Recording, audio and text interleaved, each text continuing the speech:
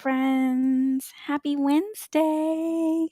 It's me, Erin May. I'm back with you again this week. I wanted to start by giving you a little update from Steve. He was able to co-host the live event with Grant Olson last Thursday, which was our first time to see him on camera again at Dulcimer Crossing. He's doing really well with his recovery from knee surgery. Lots of physical therapy, lots of ice and heat and things, but he's doing well with that recovery. However, in the middle of all of this, one of his sisters, his sister Nancy, also passed away. And this morning is her funeral memorial services. And so Steve is long distance being with his family this morning, but he is planning to be back for the next Wednesday live stream. We expect to see him then. So anyway, I just wanted to let you know he's doing okay. Everything is going well with his surgery recovery. So I'm looking down to make sure the video stream is actually streaming to Facebook and checking in there so that I can watch your comments if you are watching this live and you want to ask questions or share.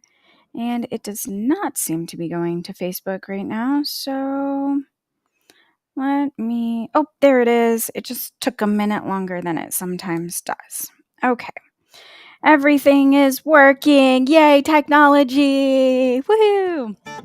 All right. So I thought today I would like to talk to you a little bit about music and social emotional learning and the social emotional dulcimer. That's what I'm calling it.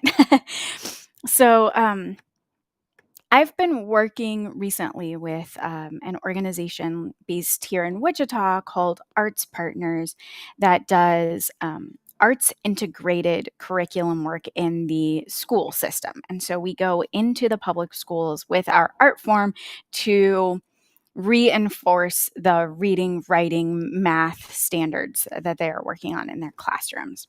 So I've been working on a pretty extensive literacy project, curriculum project with them over the summer. And I went to a really cool training, an art symposium training that they did.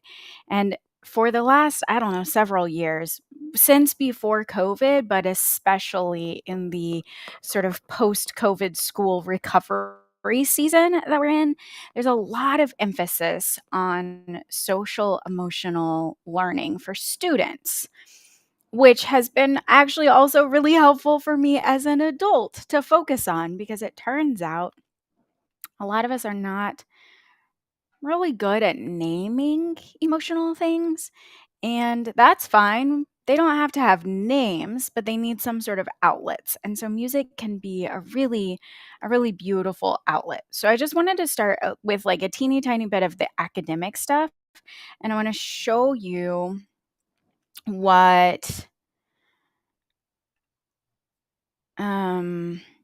I want to show you what the schools are kind of looking at for defining social emotional learning. So hopefully this will pop up for you. So social emotional learning for students is including self-awareness, recognizing your emotions and values, responsible decision making. Adulting right there. Relationship skills, how to form positive relationships and work in collaboration. Social awareness. So we have the ability to show understanding and empathy for others, which has been a thing we really get to practice. I feel like I've gotten to practice extra the last couple of years around how to engage with people who feel differently than me about politics and COVID and music even, right? So social awareness and self-management. So we actually find ways to manage our emotions and behaviors. And that all of this, interestingly enough, seems like things that music can help us address. So, a story In high school, I was taking piano lessons along with learning to play the mountain dulcimer, and um, I learned how to play Beethoven's Pathetique Sonata. And I wasn't particularly great at playing it, but I could play all three movements. So the first movement is kind of low on the piano, and it's got these big chords. Like I'm using all 10 of my fingers to play these chords, and I've got this big chord thing going, and it's got these little fast runs of notes. And then the second movement is kind of this like arpeggiated, slow, lyrical thing. And it was really pretty. And then the third movement always felt to me like really light and kind of like I was skipping across the piano. It's in more like a major key, and it has a lot of staccato notes, and you're not holding anything for a really long time. And from the time I learned how to play all three movements of that piece, every time I got mad at my sister or my mom and dad, or I got mad about life, because, teenagers, you just get angry sometimes about nothing. So I would get really worked up. And if I could notice that that was happening, and I could sit down at the piano and I could have a long enough time at the piano to play the entire piece, which was like 20 or 30 minutes it took me to get through it.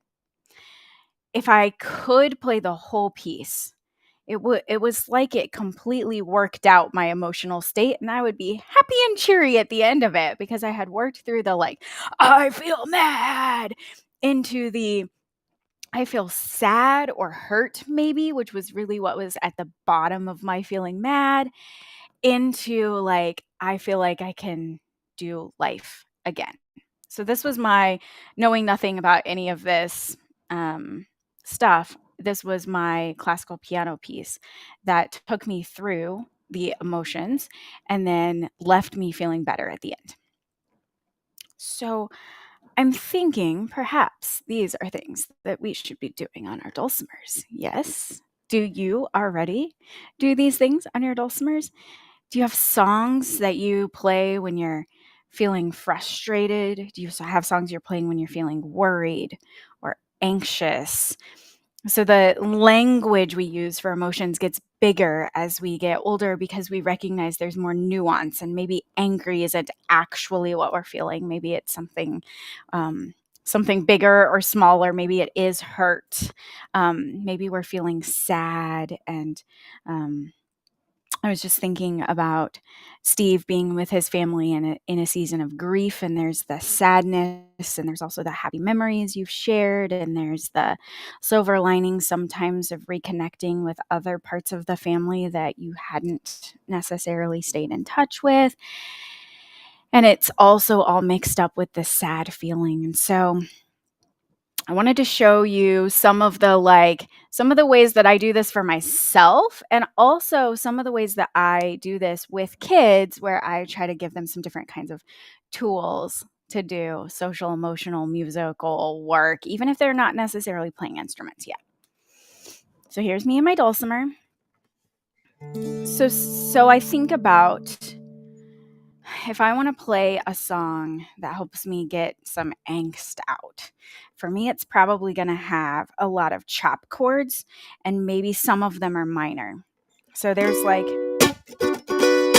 this song that my sister and I used to play a lot called Ain't No Grave Gonna Hold My Body Down. And I might not even sing the words, or I'll just play the chop chords to it. So it's like a B minor chord, and I do this like really hard chop.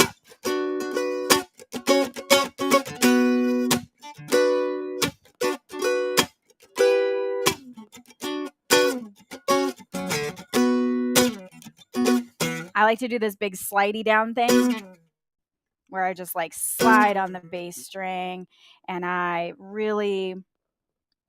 my attack is not soft and gentle. No soft and gentle attacks for this part. So it helps me like get a little of that internal energy out. Now it's out into my dulcimer.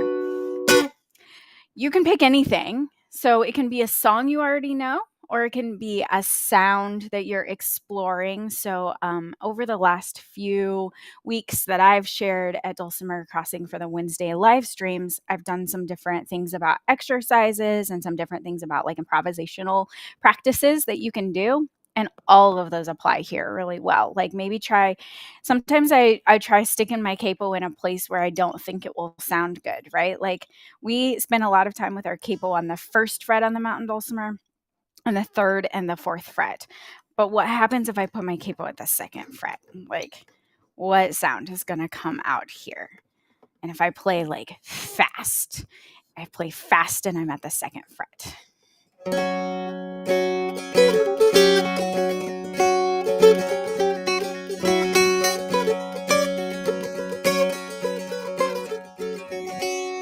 It's not supposed to sound good, right? That's not exactly the goal at this moment. So after I get that like energy out a little bit, I feel like I'm using music for transitioning my feelings. So I was having a conversation with another teacher recently about using this work to transition. So I've had a hard, rough day and I'm struggling, and then I'm going to use music as a way of transitioning from that into being able to practice. So like I need those first few minutes of playing to be able to then focus on something I want to practice. And then maybe I need something gentle. Like for me, it really does help to go from that very energetic, angst feeling into a much more gentle kind of feeling. Like I need my music now to create the calm that I wish I was feeling inside. And so I do a lot of arpeggiation. I tend to use a pick, but this would be a really good place for doing some finger picking too.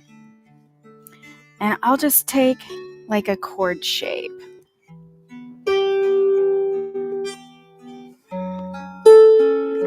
And a simple arpeggio pattern.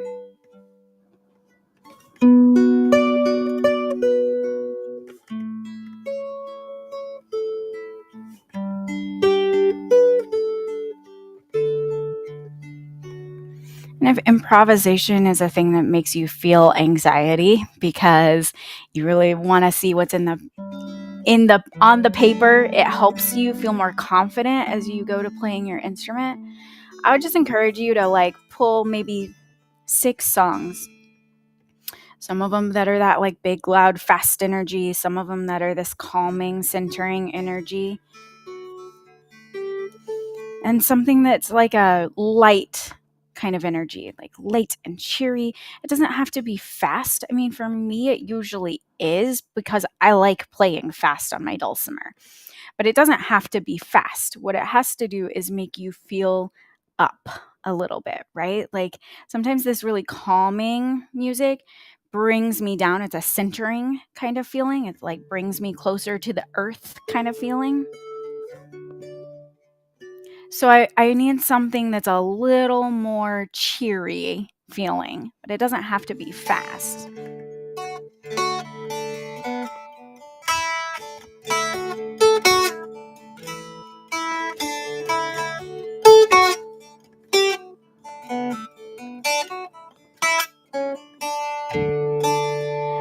And I start to feel like I can smile again. Just a little bit, right? It's that the smile is coming back. And sometimes these transition moments can be really quick because my emotion is big and strong and at the front of my brain. It's taking up a lot of space, but it's not actually like consuming my whole body. It's not that big of a feeling. So this transition can be 30 seconds and now I'm feeling better and I would like to sit and practice my dulcimer, whatever I thought I would work on. And sometimes the feeling is too big and it takes a long time. And so I sit in the space with the arpeggios for 30 minutes. And that's it. That's what I did today. And it just lets my instrument hold space for the thing that is happening inside my emotional part of my brain. And that's enough. Doesn't have to fix it.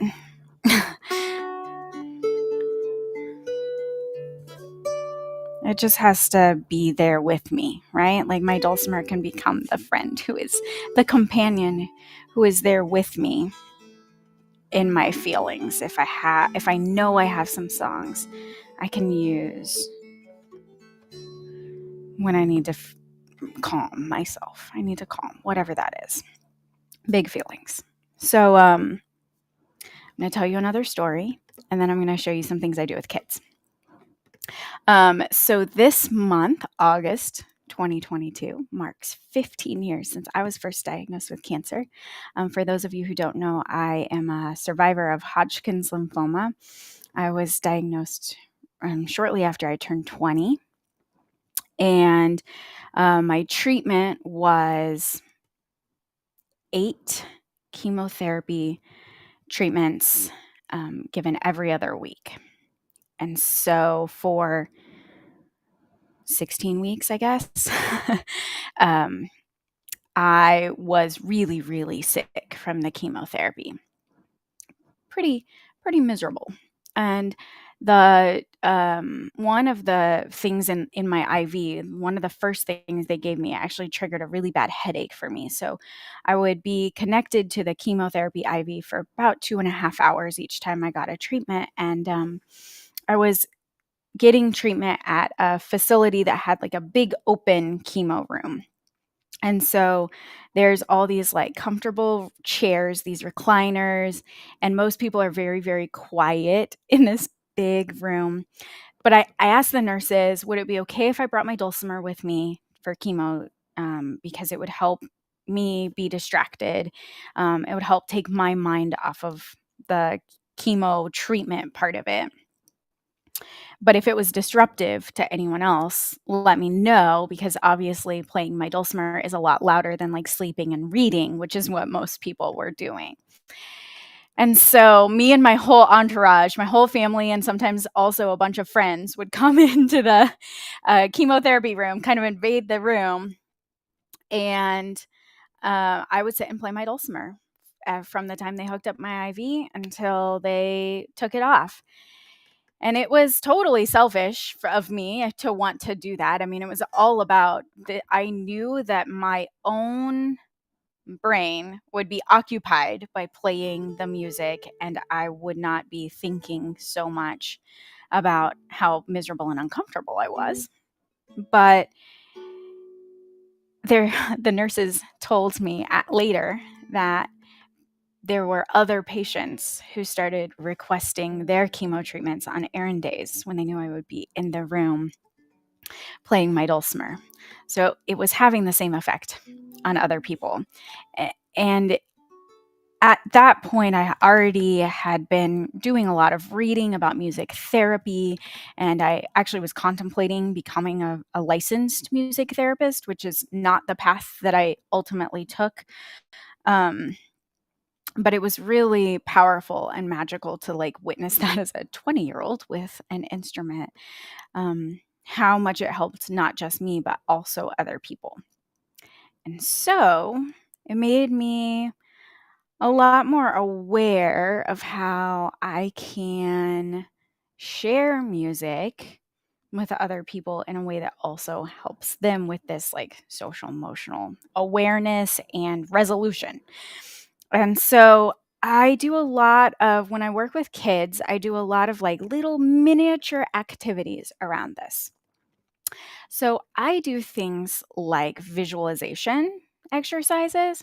So I might say to a kid or a group of kids, I'm going to play a song, and I want you to picture somewhere outside. So where outside is the setting for this song. And I want you to tell me after I play, what did you see in your mind? We're going to imagine a picture in our mind of somewhere outside.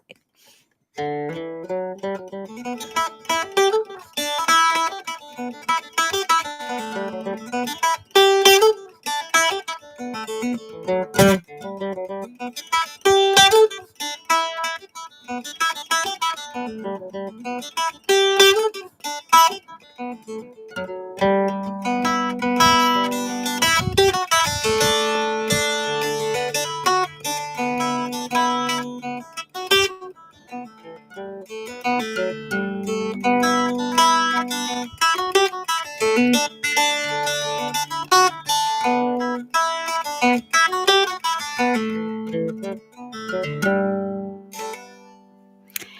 I'd play one time through a song, and I'd ask them to raise their hand if they had a picture in their mind. They knew what they were seeing. They had a picture they were imagining. Don't tell me yet. Just raise your hand if you have it. And if a lot of kids are raising their hands, then I start to ask them, okay, tell me about what you see. And if not a lot of kids are raising their hands, then I say, okay, let's do it again. And I'm going to give you some ideas. Is there any water? Is the water running fast or slow? Does it make you feel happy or sad or tired? How do you feel while you're thinking about it? Can you see any animals in your picture? Are the animals playing? Are they eating? So we think about things, and I give them some prompts like this, and it helps them to connect the idea of sound with pictures, with feelings. So they all get kind of interconnected, sounds and pictures and feelings. Sometimes I have them take a box of crayons and I ask them, what color does this sound make you think of?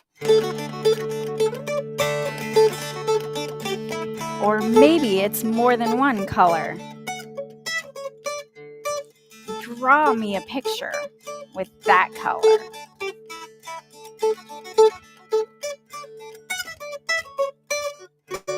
And I play something lively, and I also play something really slow and pretty. Maybe kind of melancholy.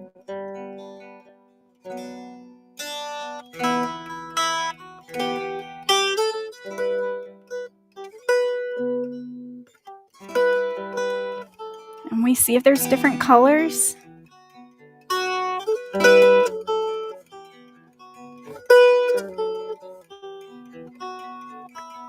So if I just play a song for kids that doesn't have any words, their attention span is like a fly. It's teeny tiny. They barely last a second with instrumental music.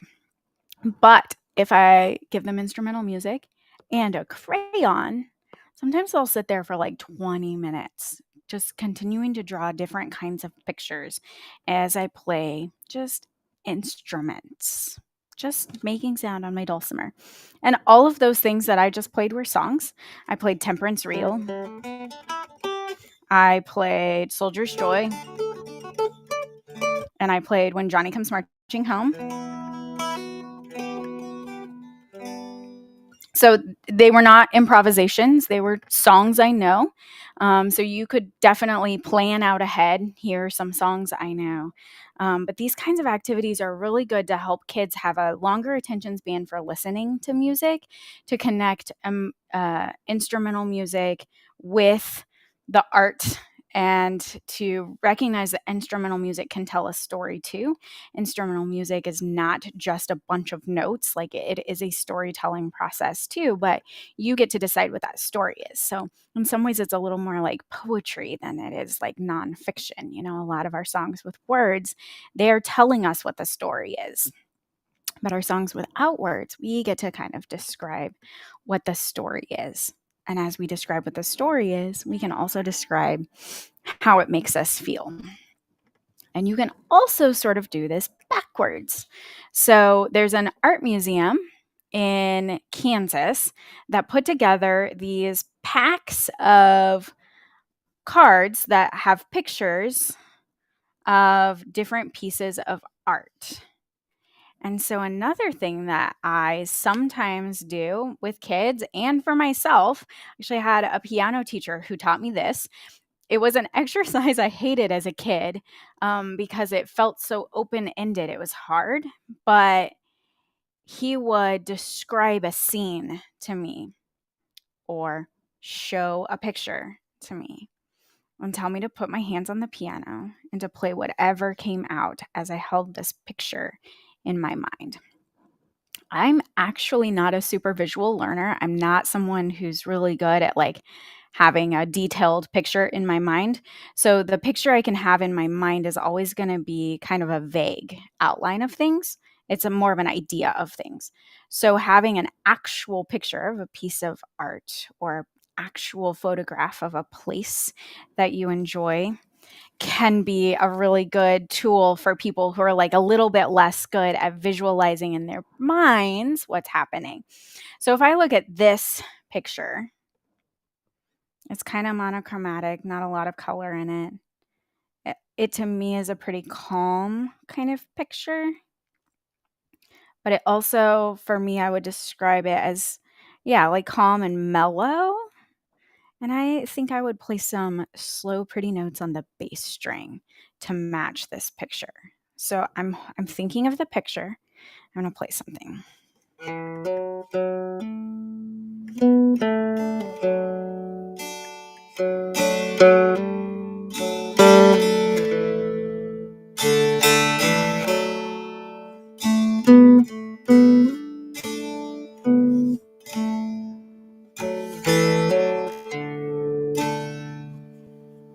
All right. So that's how my brain imagined this picture. I'm going to do one more. I'm going to do this picture. I like this one because it's got lots and lots of color in it. So this one is Kyosen Kawasaki. The translation of the title of this image is 12 Months of Toys, Protective Talismans and Good Luck Charms from about 1926. So this one is colorful, it has a lot of movement in it. So it makes me think of playing something really fun and notey in the high part of my dulcimer.